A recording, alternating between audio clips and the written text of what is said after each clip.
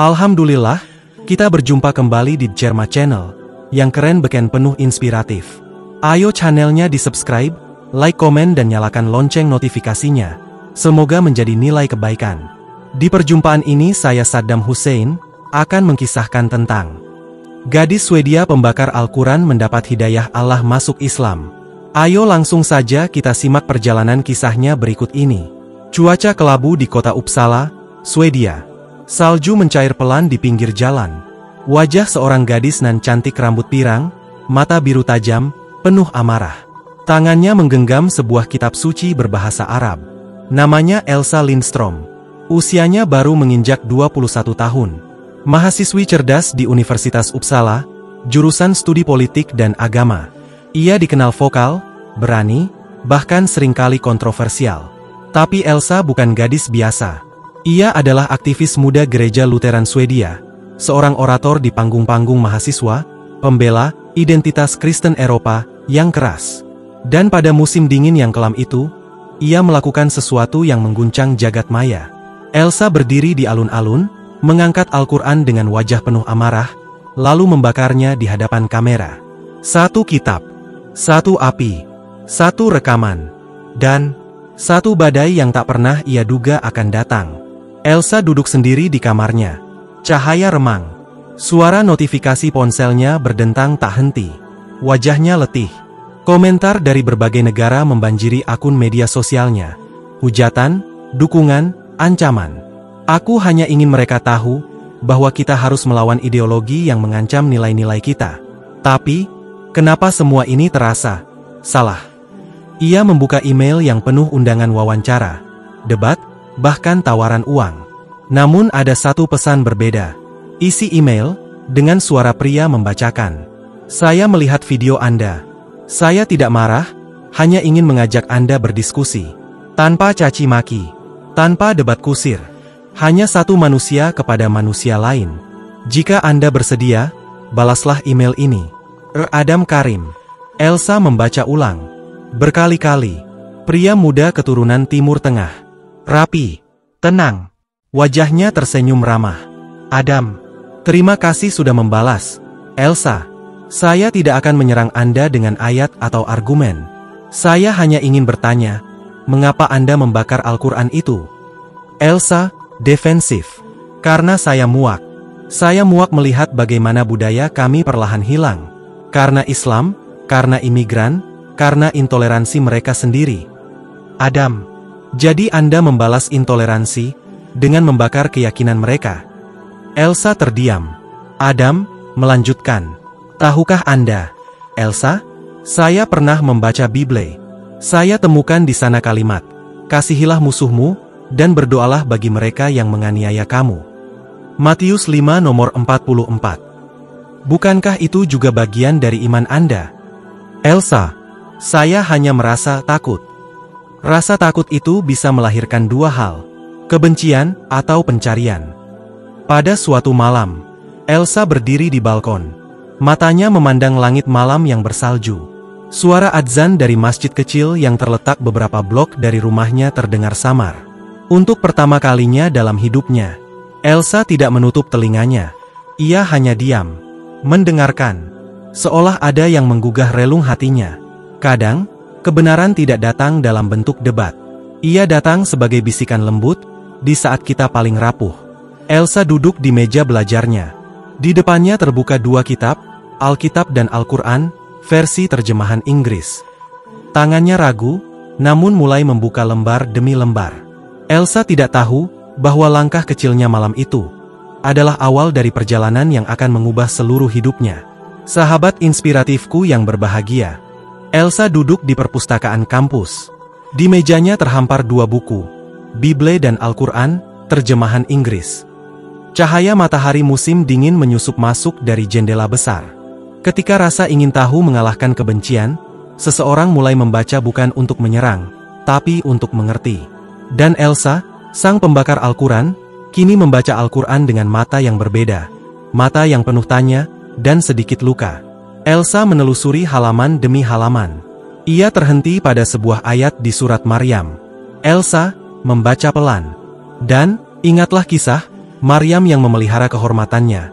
Lalu kami tiupkan ke dalam rahimnya ruh dari kami, dan kami jadikan dia dan anaknya sebagai tanda kebesaran Allah bagi semesta alam.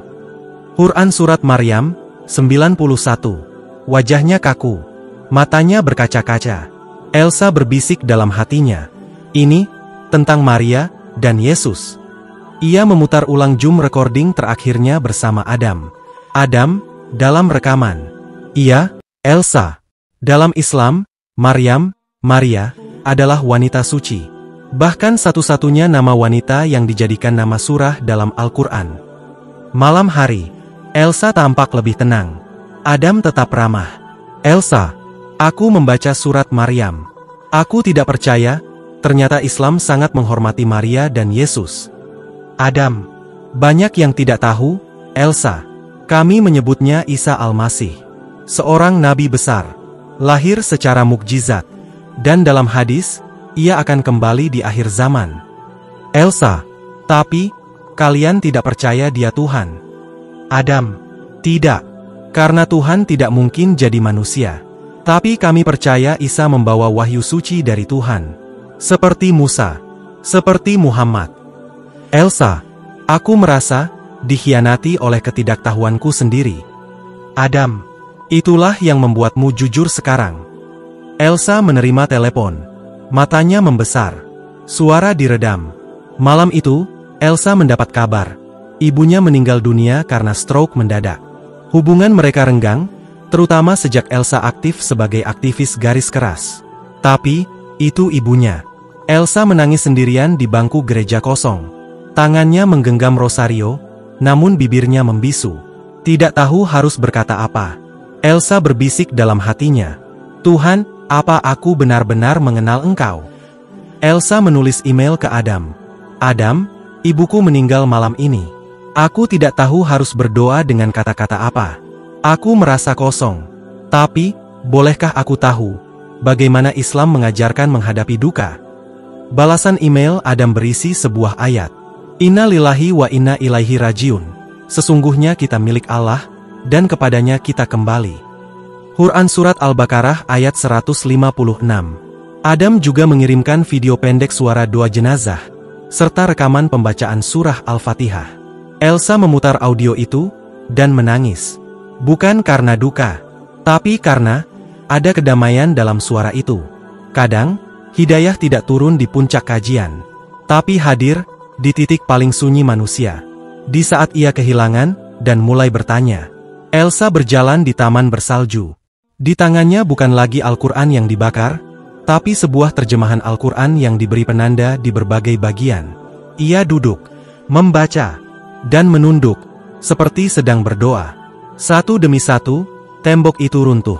Bukan karena dipaksa, tapi karena hatinya mulai menerima bahwa ada kebenaran yang ia tolak selama ini. Sahabat inspirasiku yang berbahagia. Salib kecil dari kayu tergantung di dinding kamar Elsa. Wajahnya yang termenung. Ia memegang dua benda, salib warisan ibunya, dan sebuah mushaf terjemahan Al-Quran. Dua simbol, dua jalan, dua panggilan dalam satu jiwa yang sedang guncang. Di satu sisi, kenangan dan tradisi. Di sisi lain, cahaya yang perlahan membuka mata. Elsa kembali menghubungi Adam.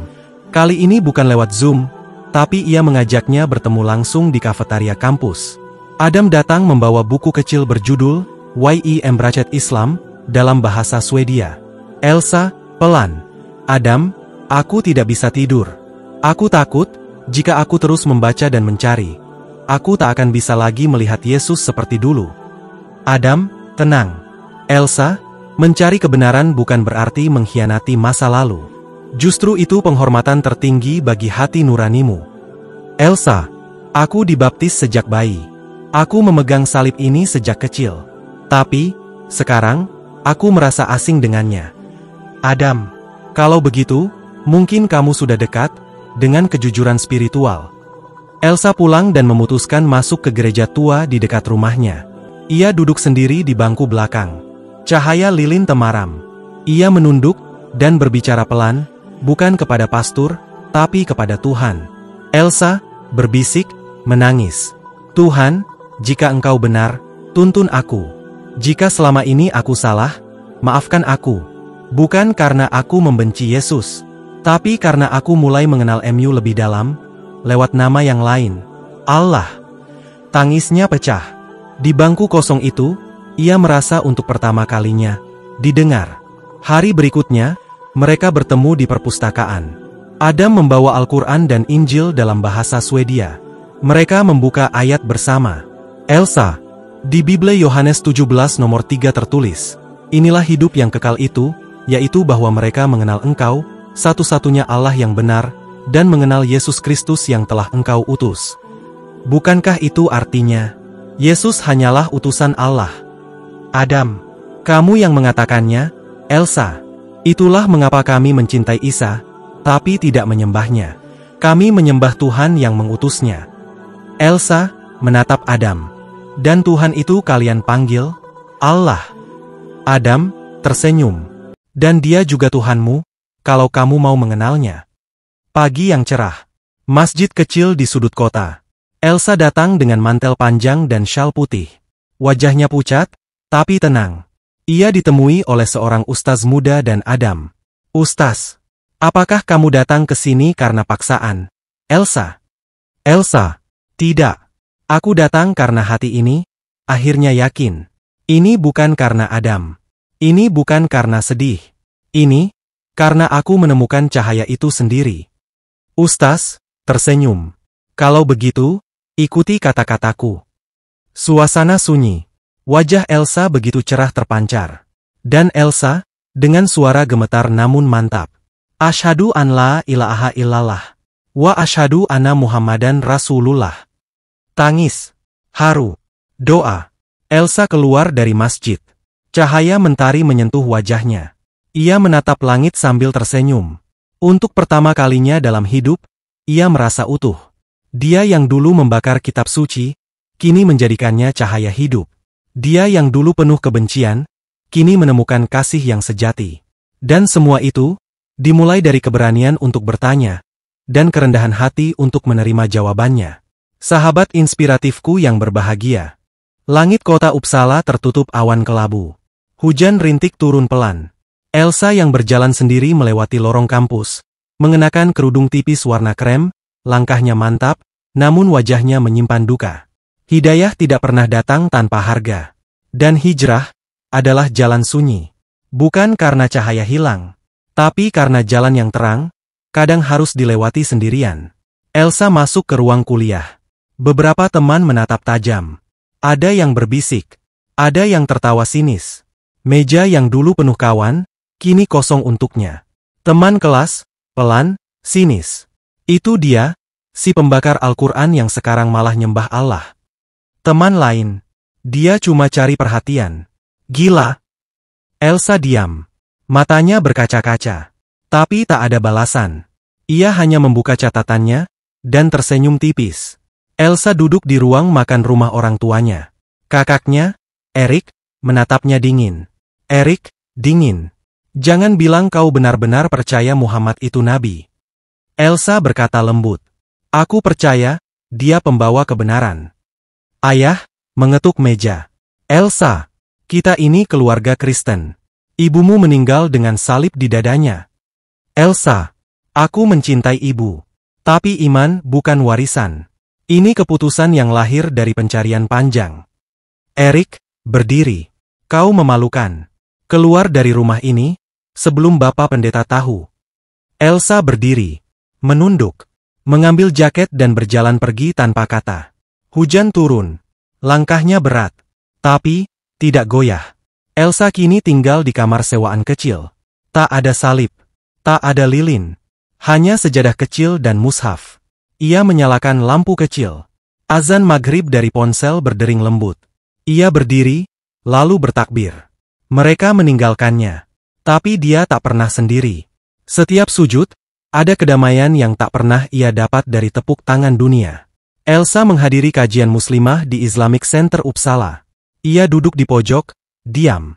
Seorang ustazah Swedia yang telah lama menjadi muslimah menghampirinya. Ustazah Linnea. Kamu Elsa? Elsa, ragu. Iya. Linnea. Aku juga pernah seperti kamu. ditinggalkan, dicaci. Tapi, tahukah kamu apa yang paling menguatkanku? Elsa. Apa? Linnea tersenyum. Ketika aku sadar, Rasulullah pun pernah dibenci oleh kaumnya sendiri. Tapi beliau tidak berhenti menyebar kebaikan. Jadi, kalau kamu merasakan itu sekarang, berarti kamu sedang menapaki jejak yang sama. Malam, Elsa menulis diari. Ia menulis bukan untuk didengar dunia, tapi untuk dirinya sendiri. Isi tulisannya, hari ini aku kehilangan kakakku. Kemarin aku kehilangan sahabatku. Tapi aku menemukan sesuatu yang tak pernah bisa hilang. Aku menemukan Allah. Dan itu cukup. Elsa menatap cermin. Wajahnya tidak lagi kosong, tapi penuh keyakinan. Ia tersenyum, lalu mengenakan jilbab dengan mantap. Elsa berdiri di taman kota, membagikan makanan kepada tunawisma bersama komunitas muslim lokal. Ia tertawa bersama anak-anak imigran. Di matanya, ada kebahagiaan yang bukan karena popularitas, tapi karena pelayanan. Keimanan bukan tentang siapa yang memujimu, tapi siapa yang kau layani karena imanmu. Elsa kehilangan dunia lamanya, tapi ia menemukan cahaya baru, yang tak akan padam, meski seluruh dunia mencoba memadamkannya. Sahabat inspiratifku yang berbahagia. Elsa duduk di depan laptop di kamar mungilnya. Di layar blog Elsa dengan tampilan sederhana. Judulnya, En Resa Motel Juset. Sebuah perjalanan menuju cahaya. Ia tak berteriak. Ia tak berdiri di mimbar. Tapi lewat kata-kata, ia berdakwah dalam diam. Bukan untuk mengubah dunia, tapi untuk menyentuh hati-hati yang pernah sekelam dirinya. Elsa menulis dalam blognya setiap malam. Ia kisahkan kisah hijrahnya tanpa nama, tanpa wajah. Tapi tulisannya menusuk kalbu.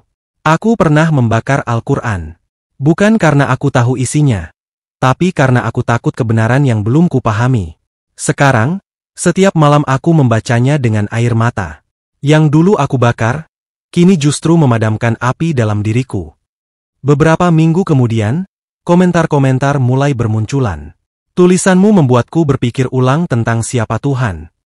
Aku dari keluarga Lutheran, dan aku juga mulai membaca Al-Quran. Kau menyuarakan isi hati banyak orang, walau kami belum berani mengatakannya.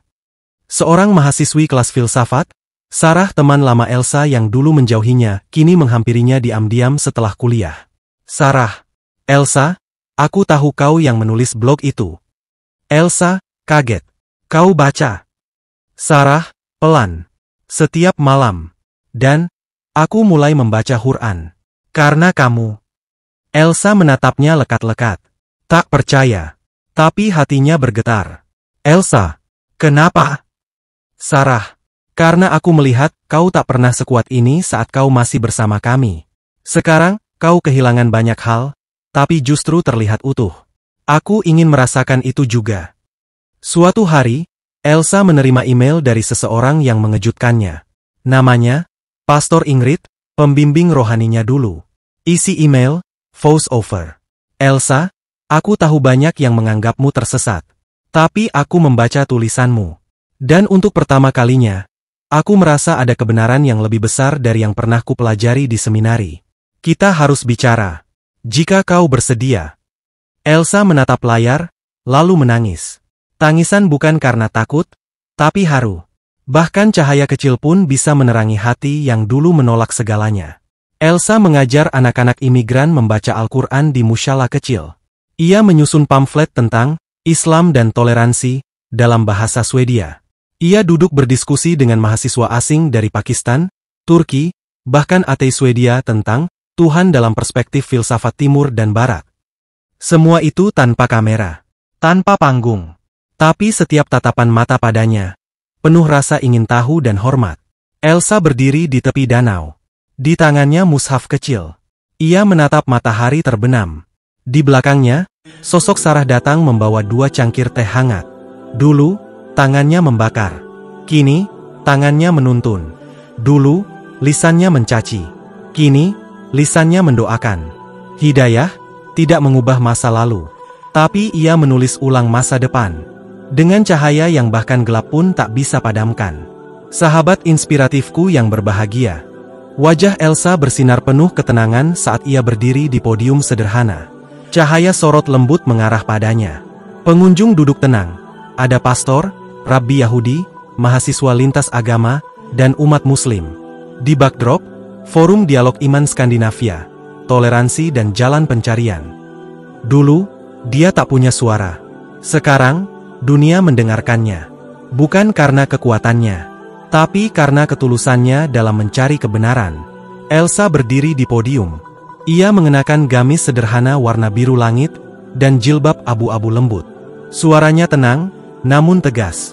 Elsa, dulu saya membakar Al-Quran, karena saya pikir saya sedang membela Tuhan. Tapi ternyata, saya hanya membela ego saya. Hening. Elsa, kini, saya membaca kitab itu setiap malam. Bukan karena saya ingin menjadi muslim, tetapi karena saya ingin mengenal Tuhan yang benar. Ia menghela napas, lalu melanjutkan dengan suara yang mulai bergetar. Elsa, dan akhirnya saya sadar, kebenaran bukanlah tempat yang kita warisi, tapi jalan yang kita tempuh, meski harus kehilangan segalanya. Hadirin menunduk, hening, beberapa terlihat menahan air mata. Beberapa bulan setelah forum itu, Elsa menerbitkan buku pertamanya dalam bahasa Swedia. ATT Brina och bli hel, terbakar dan menjadi utuh.